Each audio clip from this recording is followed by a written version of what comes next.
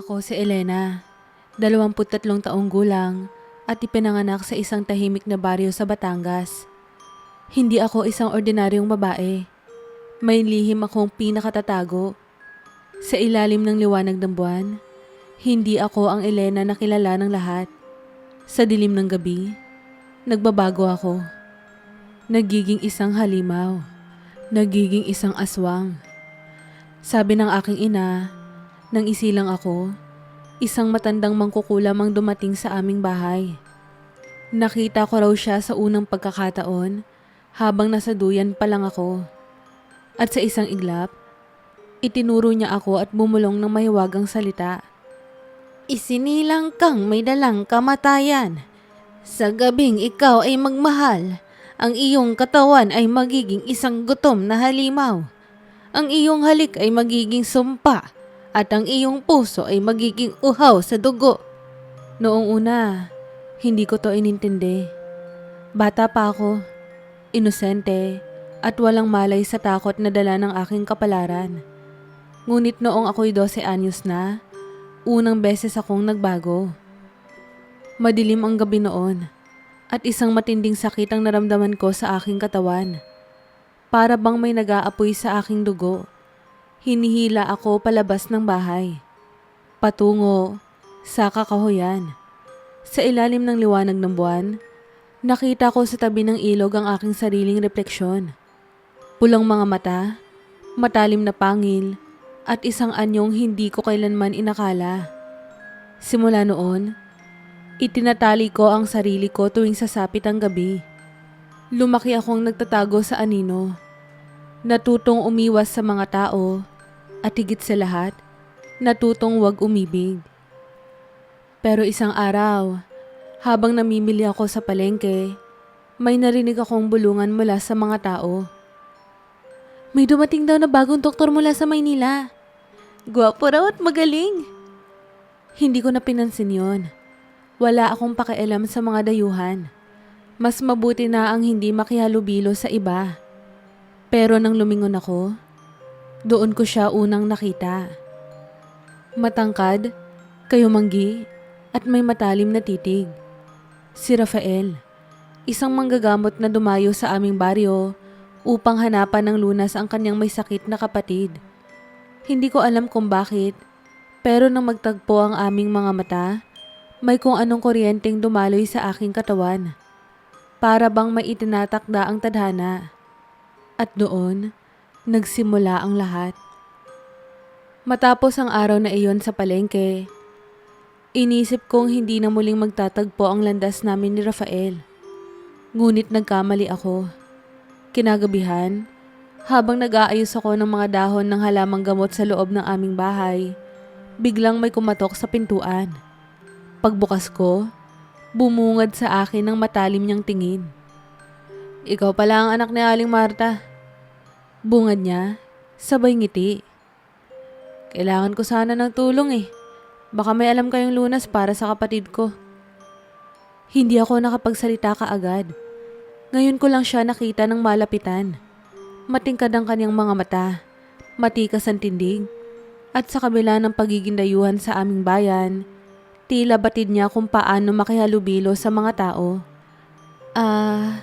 Halika, pumasok ka. Sabi ko, hindi ko alam kung tama bang papasukin siya, pero hindi ko rin magawang tumanggi.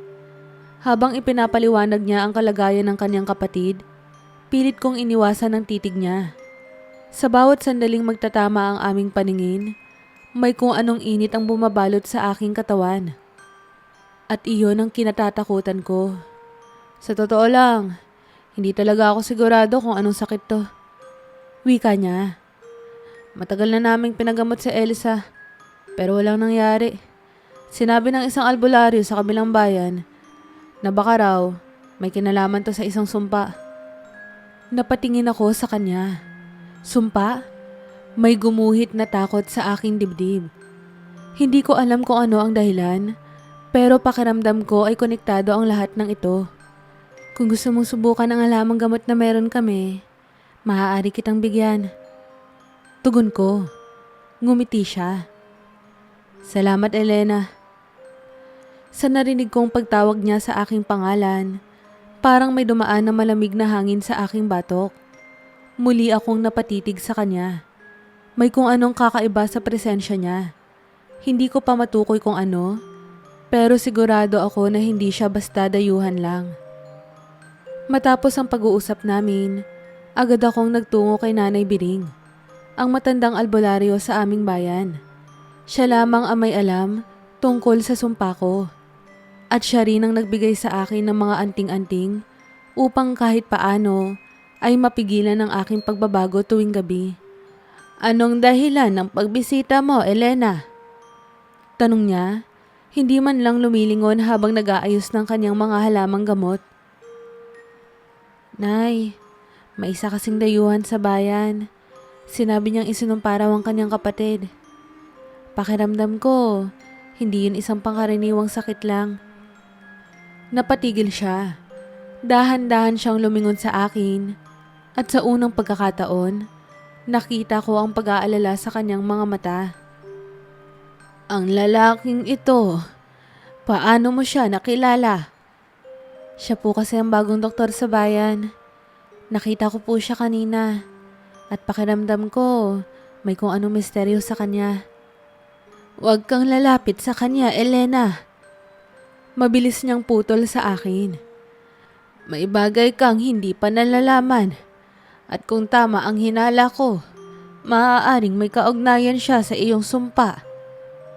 Napakapit ako sa dulo ng mesa. Sa ngayon, huwag mo siyang palalapitin sa puso mo. Dahil kung magkamali ka, hindi lang ikaw ang mapapahamak. Seryosong sabi niya. Gusto kong sundin ang payo ni Nanay Biring, pero tila naglalaro ang tadhana. Kinabukasan, habang naglalakad ako sa kakahuyan upang kumuha ng halamang gamot, muli kaming nagtagpo ni Rafael. Elena! Sigaw niya. Napalingon ako at nakitang papalapit siya. Nagtatakbo siya, mukhang humihingal, para bang matagal na niya akong hinahanap. May gusto akong itanong. Aniya na makahabol sa akin. Ano yon? Tinignan niya ako sa mata at sa pagkakataong ito, hindi ko na nailayo ang tingin ko. Bakit parang iniiwasan mo ako? Napatigil ako. Hindi ko inaasahan ang tanong na iyon. Hindi ko maaaring sabihin ang totoo. Hindi ko maaaring aminin na natatakot akong mahulog sa kanya. Dahil kung mangyari yon, tuluyan akong magiging isang aswang. Ha? Wala naman akong iniiwasan. Sagot ko na lamang. Ngumiti siya, ngunit parang hindi siya kumbinsido. Kung ganon, hayaan mo akong samahan ka ngayon. Muli akong napatitig sa kanya. Sa kabila ng babala ni Nanay Biring, hindi ko mapigilan ang tibok ng puso ko. Pero alam kong mapanganib to. Dahil sa bawat hakbang na palapit siya sa akin, mas lumalapit siya sa mundo ng dilim. Hindi ko alam kung anong demonyo ang pumasok sa isip ko nang hayaan kong samahan ako ni Rafael sa kakahuyan. Sa bawat hakbang niya palapit, parang hinuhubaran ako ng kanyang tingin. Hindi ng malaswa kundi ng isang bagay na mas mapanganib. Ang tunay na pagkilala. Parang kahit hindi ko ipagtapat, alam niyang may tinatago ako. Napansin kong panay ang lingon niya sa paligid. May hinahanap ka ba? Tanong ko, pilit na nagpapakalma sa sarili ko. Tumigil siya at tumingin sa akin. Di ko kasi alam kung namamalikmata lang ako pero parang may sumusunod sa atin. Malamig ang hangin. At sa sandaling iyon, pakiramdam ko ay huminto ang mundo. Nasa gitna kami ng kagubatan. Masyadong malayo para marinig ng sino man ang aming sigaw kung sakali mang may mangyari. Lumingon ako, sinuri ang bawat anino sa paligid. Ngunit walang ibang tao. Pinilit kong ngumiti. Baka hayop lang yon. Pero alam kong hindi. Patuloy kaming naglakad. At sa hindi ko malamang dahilan, hindi ko na nagawang paalisin si Rafael. Para bang sa bawat hakbang na ginagawa niya, Isang parte ng akin ang gustong manatili sa tabi niya. Hanggang sa may marating kaming isang hindi pamilyar na bahagi ng kagubatan. Hindi ito ang daan pabalik sa bayan. Sabi niya, bahagyang nakakunot ang noo. Hindi ako sumagot. Hindi rin ako sigurado kung paano ako napadpad doon. Para bang may humihila sa akin. Isang hindi nakikitang puwersa na parang tinatawag ako sa isang lugar na hindi ko pa nakikita. At sa harapan namin, naroon ang isang malaking yungib. Elena, delikado to. Huwag kang pumasok. Ngunit bago pa niya ako mapigilan, bumukas ang lupa sa ilalim ko. Bumagsak ako sa isang madilim na lagusan. Narinig ko ang sigaw ni Rafael habang pilit akong inaabot. Pero hindi niya ako naabutan. Naramdaman ko ang matigas na lupa sa ilalim ng katawan ko at ilang saglit pa, nakita kong lumundag siya pababa para sundan ako. Elena! Tawag niya. Hindi ko alam kung matutuwa ako na sinundan niya ako o matatakot ako na baka lalo siyang mapahamak. Sa harapan namin, isang kakaibang salamin ang lumutang sa ere. Luma at may basag na gilid. Pero may kakaibang ningning na parang hindi ito bahagi ng mundo. Napatitig ako rito. At sa isang iglap, lumabas ang refleksyon ko. Ngunit hindi ako ang nakita ko. Isa iyong babaeng kamukha ko, pero may mahahabang pangil at pulang mga mata. Hindi to maaari. Bumulong ako, nanginginig ang katawan. Sa gilid ng salamin, lumitaw ang isang pamilyar na figura. Ang matandang Lila. Matagal kitang hinintay, Elena. Malamig at puno ng puot niyang sabi. Naramdaman kong hinawakan ni Rafael ang braso ko. Sino siya, Elena? Ngunit bago pa ako makasagot, nagsalita ang matandang babae. Hindi mo ba gustong malaman ang buong katotohanan? At sa isang iglap, lumabas mula sa salamin ang isang pangitain. Isang alaala mula sa nakaraan na hindi ko kailanman nalaman. Sa pangitain, nakita ko ang isang dalagang kahawig ko. Nakagapo sa isang puno sa gitna ng kagubatan. Huwag po! Maawa po kayo! Sigaw niya habang pinalilibutan siya ng mga tao. Hindi namin kailangang maawa sa isang halimaw. Sagot ng isang lalaki na may hawak ng isang patalim. Tinignan ko ng mabuti ang babae. At unti-unting bumagsak ang luha ko. Hindi ako ang isinumpa. Mahina akong bulong. Siya ang orihinal na biktima. Ang babae sa pangitain, siya ang unang aswang. Ang nilalang na pinag-ugatan ng sumpang ito. At sa huling sandali, bago tuluyang dumilim ang pangitain, nakita ko siyang tumingin sa akin at nagsalita.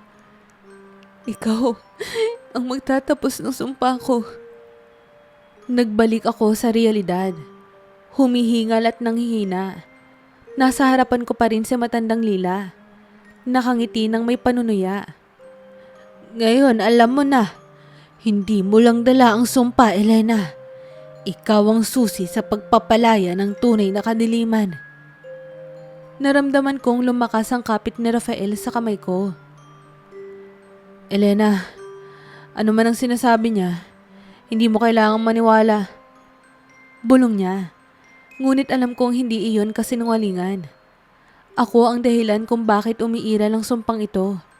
At kung hindi ko gagawa ng paraan, baka tuluyan na lamang lamunin ng dilim, hindi lang ang sarili ko, kundi pati ang mundong ginagalawan namin.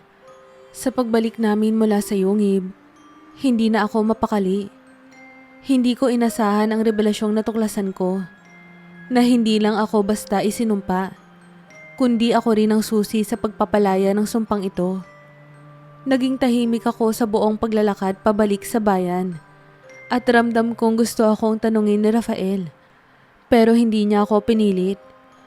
Noong nasa tapat na kami ng bahay, huminga siya ng malalim at sa wakas ay bumasag ng katahimikan.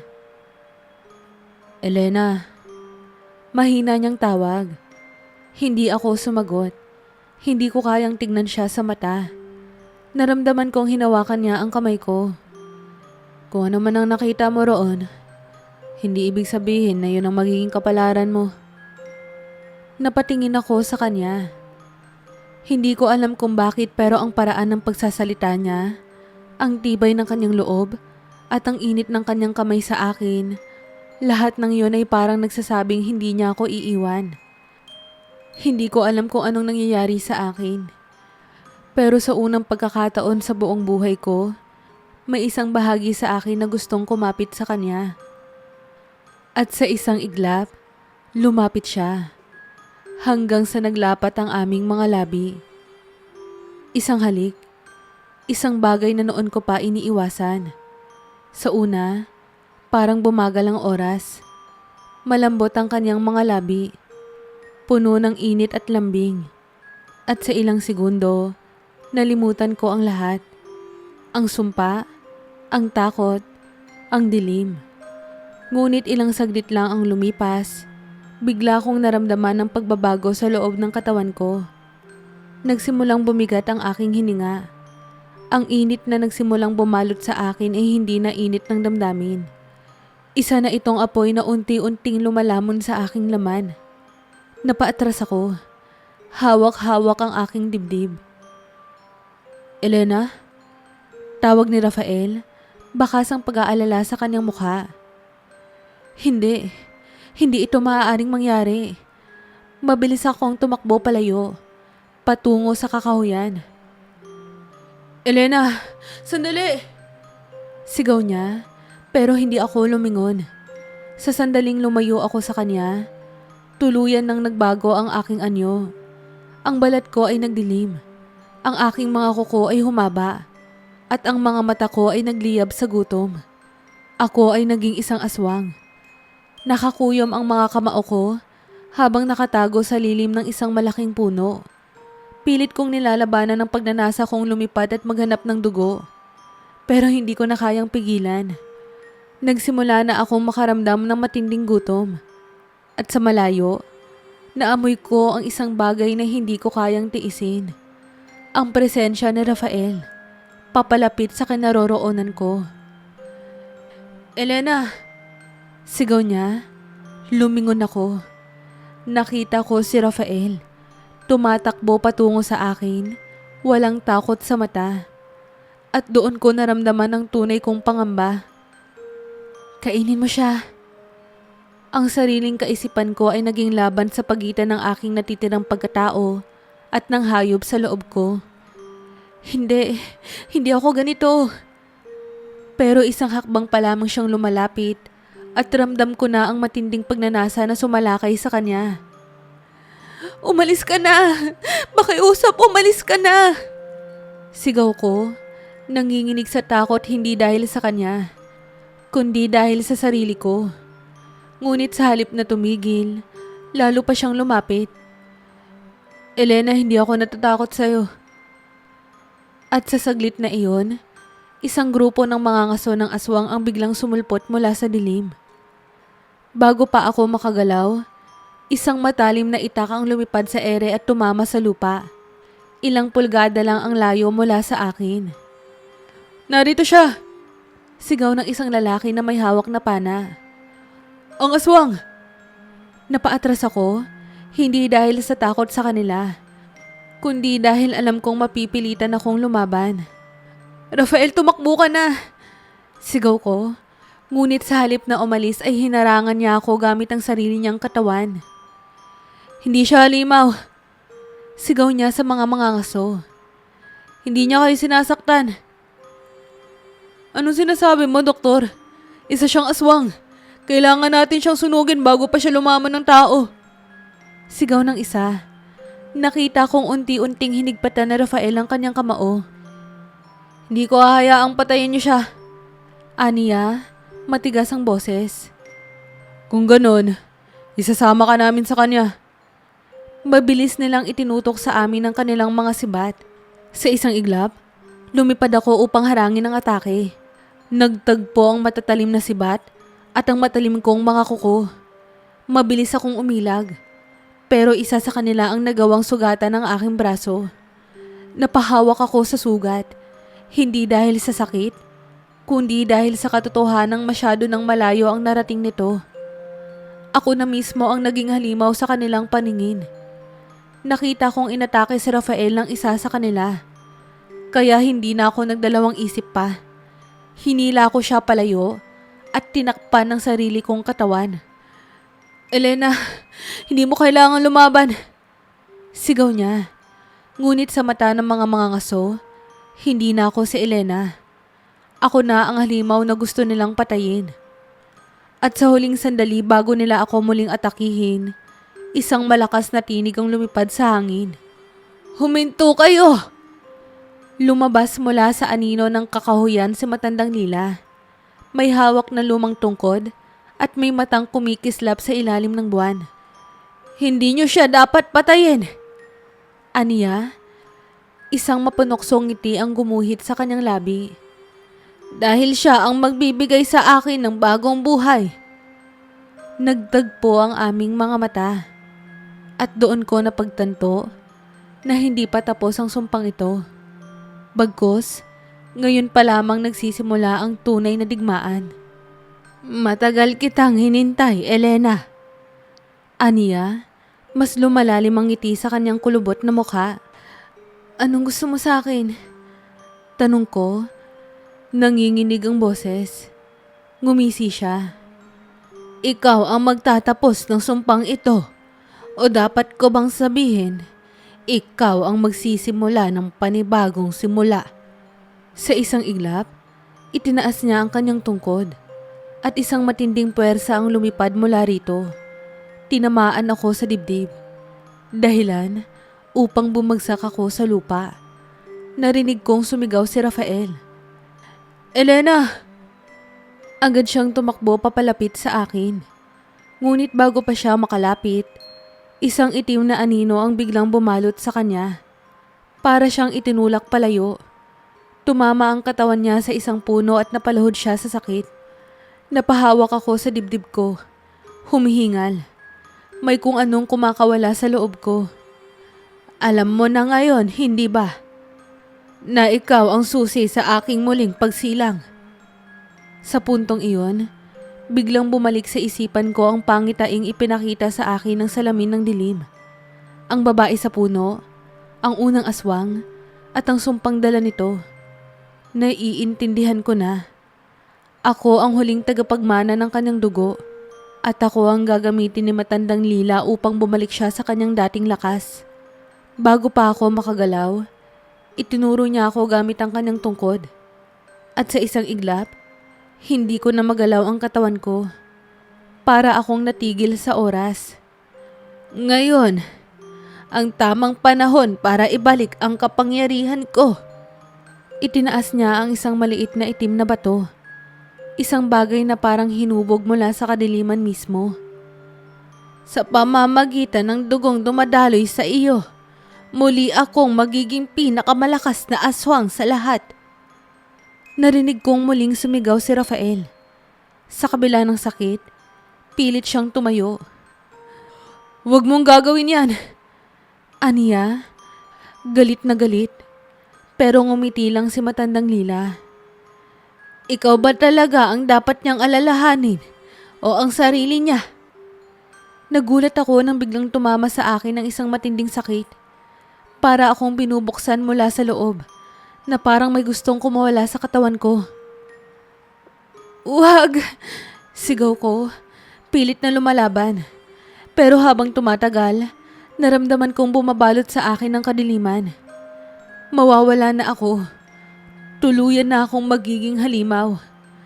Hanggang sa biglang hawakan ni Rafael ang kamay ko. Sa paghawak niya sa akin, bumalik ako sa sarili ko. Kahit sandali lang. At sa pagkakataong iyon, napagtanto ko na may isa lang paraan para matapos ito. Tiningnan ko siya, ang lalaking walang takot na pumili sa akin kahit alam niyang delikado ako. Ang lalaking kahit nasa bingit na ng kamatayan, hindi pa rin bumitaw. At sa huling sandali, lumapit ako sa kanya. "Hindi mo kailangan gawin to." Bulong niya, nanginginig ang tinig. Pinilit kong umiti kahit luha na ang bumalot sa mukha ko. Rafael, kailangan. At bago niya pa ako mapigilan, hinalikan ko siya.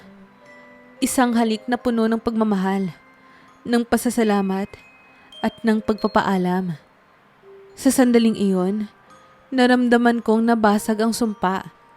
Mula sa halik na iyon, isang matinding liwanag ang bumalot sa paligid namin.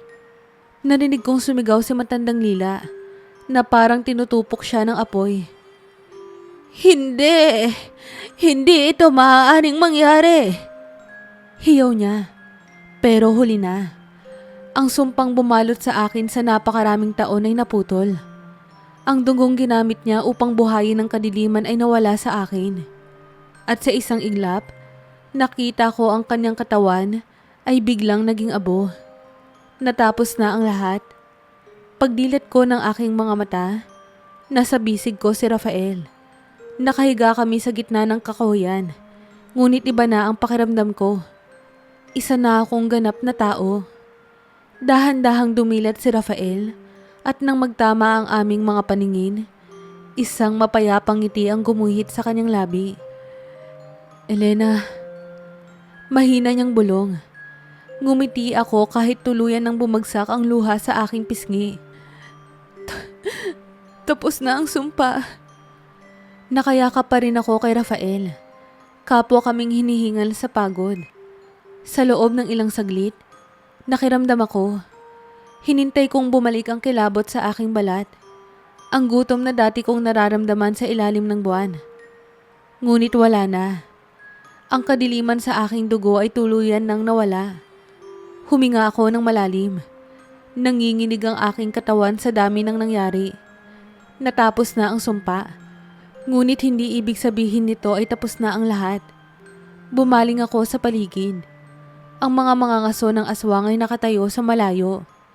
Hindi makapaniwala sa kanilang nasaksihan. Sa harapan namin, ang abo ng katawan ni Matandang Lila ay unti-unting tinatangay ng hangin. Napahawak si Rafael sa aking pisngi. Tinignan ako ng mabuti. Elena, ayos ka lang ba? Tumango ako pero hindi ko pa rin mapigilang lumuha. Oo, Rafael. Malaya na ako. Nang makitang wala ng panganib, dahan-dahang umatras ang mga ngaso ng aswang. Marahil ay hindi pa rin sila kumbinsido kung ako nga ba ay hindi na isang halimaw. Ang kanilang pinuno na si Ginoong Salazar ay lumapit sa amin. Isang matandang may malamig na titig at may matagal ng galit sa mga katulad ko. Hindi ko alam kung anong nangyari rito. Aniya. Pero kung talagang nawala na ang sumpa mo, Elena, wala na akong dahilan para patayin ka. Napatingin ako sa kanya. Pilit hinahanap ang katapatan sa kanyang boses. Ngunit kung may makita man kaming ebidensya na ikaw ay muling magiging isang aswang, alam mo na ang mangyayari. Pagbabanta niya. Alam kong may bahid pa rin na pagdududa sa kanya. Pero hindi ko na yon pinansin. Ang mahalaga ay tapos na ang sumpa. At wala nang halimaw sa loob ko. Unti-unting nagsialisa ng mga ngaso. Iniwan kaming mag-isa sa gitna ng kagubatan. Nakahinga ako ng maluwag. Sa mga sumunod na araw, unti-unti kong sinanay ang sarili ko sa bagong buhay ko. Isang buhay na hindi ko kailangang itali ang sarili ko tuwing gabi. Isang buhay kung saan kaya kong makihalubilo sa mga tao nang walang pangamba na baka bigla akong magbago. Pinili ko nang manatili sa bayan sa halip na lumayo tulad ng una kong balak. Kahit mahirap tanggalin ang pangamba ng iba sa akin, unti-unti nilang natanggap na isa na akong tunay na tao. At higit sa lahat, hindi ako nag-iisa. Si Rafael ay nanatili rin. Pinili niyang manatili sa tabi ko. Pwede ka namang bumalik sa Maynila. Sabi ko minsan habang magkasamang naglalakad sa tabing ilog. Doktor ka, mas marami kang matutulungan ron kaysa rito sa maliit na bayang to. Ngumiti siya at hinawakan ng kamay ko. Pero ang gusto kong tulungan ay nandito. Napangiti ako. At sa unang pagkakataon, hindi na ako natakot sa pag-ibig. Dahil alam ko na hindi ko na kailangang labanan ito. Isang buwan matapos ang lahat ng nangyari, muling bumisita si Nanay Biring. "Natapos mo na ang sumpa, Elena," sabi niya habang pinagmamasdan ako. "Ngayon, ikaw ay tuluyan ng malaya." Pero bago siya umalis, may isang bagay siyang sinabi na hindi ko malilimutan. "Ngunit alalahanin mo, anak, ang kadiliman ay hindi ganap na nawawala. Lagi itong naghihintay ng pagkakataong bumalik." Sa halip na matakot, ngumiti ako. Alam kong tama siya. Ngunit sa pagkakataong ito, hindi na ako alipin ng kadiliman. Alam kong may mas madilim na panganib pa na maaaring dumating sa hinaharap. Ngunit ngayon, hindi na ako magtatago. Hindi na ako matatakot. Dahil hindi na ako isang halimaw. Isa na akong babae na may bagong simula. At kasama ko ang lalaking nagpatunay na kahit sa pinakamadilim na bahagi ng buhay ko, ay may ilaw pa ring naghihintay sa akin.